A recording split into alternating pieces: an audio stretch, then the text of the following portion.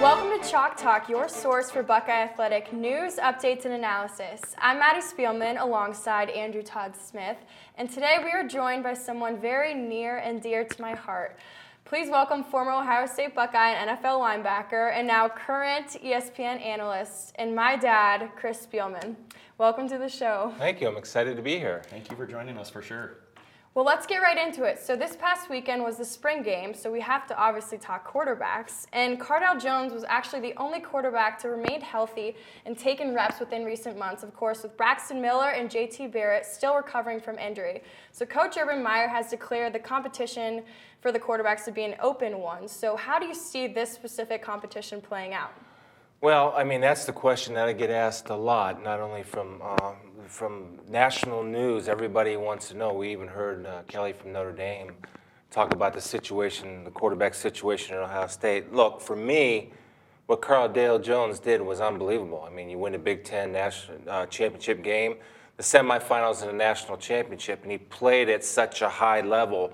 And I think this offense operates most efficiently with Cardale Jones as the quarterback. Now, JT Barrett, I mean, he finished in the top 5 in the Heisman Trophy race, and nobody expected him to play at that level. And, of course, you have Braxton Miller, who's done everything he had to do, including winning the 2-time Big Ten Offensive Player of the Year. So what do you do with Braxton Miller?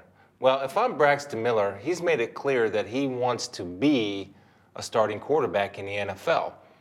So I don't think he's going to get that chance here. I don't know if he's going to be healthy enough. Number 2, I don't think he can beat out Cardale Jones. Not saying that he's not a better player, and I'm not taking away at the talent, but the upside for Cardale Jones is so great, I don't know if Braxton is going to be able to beat him out at the level that Cardale Jones is playing. So he has to make that decision. If he wants to be a quarterback, I don't think it's going to be here at Ohio State. I think it's going to be somewhere else. And I think in his mind, he has not declared himself saying, I'm coming back to Ohio State. We've heard that, but he hasn't declared it himself. I think he's still weighing a possibility of going somewhere else. And if I were advising him, or if I were Braxton, and I looked at that situation, I would think about, well, I might need to go play quarterback at Florida State or Oregon or Georgia or wherever I need to go, but I want to play quarterback because I want to play it at the next level. Yeah, that's an interesting point because, as you said, nothing's official yet. He has plenty of time to still do that. So we'll have to see how that plays out. But so going a little bit past the quarterback position, when somebody like you goes to the spring game and watches what plays out, what sort of finer points, sort of particular things are coaches looking for from the players that are getting reps during that scrimmage? Well, I think the biggest thing, and coaches talk about this all the time, a lot of guys are unproven when the lights are on. First of all, the first thing they're tested on, can they do it during the first team period of their varsity practice? So when a freshman comes in and he goes up against a varsity player, does he hold his own in practice?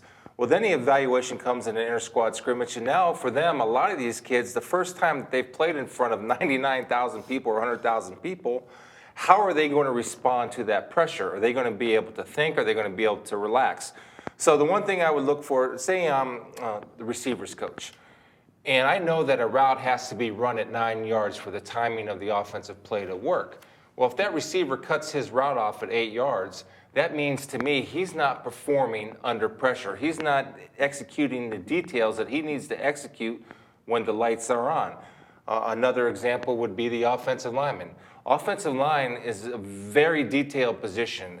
If the coach tells you, Ed Warner, who's now the offensive coordinator and the offensive line coach, tells you you need to take a 6-inch lead step with your right foot to be able to time this block up, because every other offensive lineman's taking a 6-inch lead step with his right foot. If that's not being done, then he's not performing under pressure.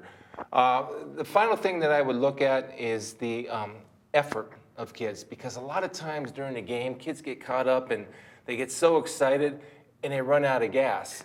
And they think they're giving great effort until you turn the film on, and all of a sudden he's not running to the football, he's jogging to the football. So these are all the little details that coaches evaluate as opposed to just touchdown scores or passes or tackles. Sure, or field goals, because we saw Nuremberg get a little rattled when Urban Meyer was right there next to him. And speaking of Urban Meyer, recent news coming out, of course, getting the contract extension to 2020, going to be averaging a nice tidy paycheck of $6.5 million a year. The conversation is obviously being held nationwide. are these coaching salaries getting a little too out of hand? Is it too much compensation? But then again, can you argue with the results that he's bringing to Ohio State?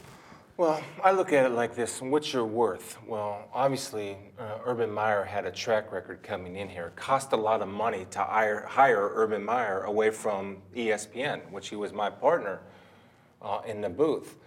And so, first of all, you know that he's going to bring results. But what value does that bring to your school? Well, you have to look at, okay, so Urban Meyer led this team to a national championship. So what value of revenue did that bring through licensing, through merchandise sold for national championships? And does it help enrollment?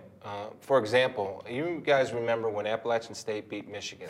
Very well. What happened to Appalachian State? Because the fact that they were on TV, their enrollment or request for enrollment went up because of the exposure that they got on TV.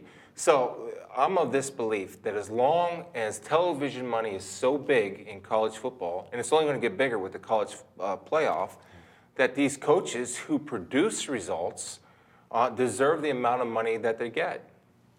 Well, obviously there's no denying coaches are being paid incredible amounts all over the country. However, there is an ongoing discussion about whether or not the players themselves should be getting paid.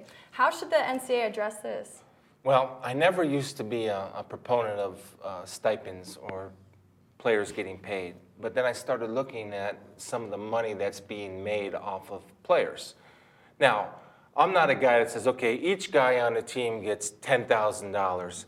I think how I would do this, and I gave this a lot of thought, I think what I would do, why a player is in college now would be based off financial need. Now we have Pell Grants that help players now, but it would be based off financial needs. So for example, if a kid comes from a certain cutoff point as far as income earned by his parents, and that's not enough money, then you say, okay, you're allowed to go ahead and maybe go to a mall in town and sign autographs, and you can do this for this certain amount of money.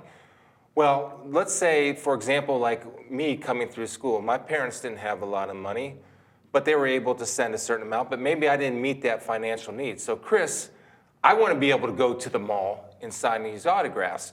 But instead of what I would do, instead of getting the money then, I would put it into like a savings account. So when a player graduates, these kids can then accumulate a certain amount of money upon a graduation, which will give them a nice little nesting egg or a starting egg to start their careers. So if they want to buy a car or buy an apartment, and it's money that they've earned, but it's under the control of the NCAA, it's under the control of the university, so these kids don't go out and buy the latest iPhone or buy the latest computer game or clothes that they don't need. It's giving them money, but actually managing their money for them. That's one thing that I would do. The other benefit that I would make sure that these kids had, if a player is injured in a football field, once he graduates, okay, no more health care for you, you're done.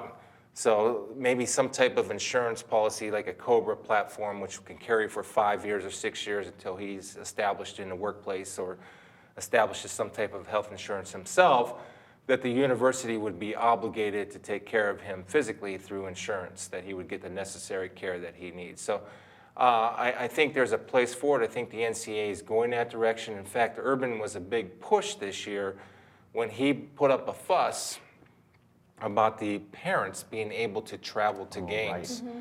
And so they can go to the semifinal game and to the national championship game.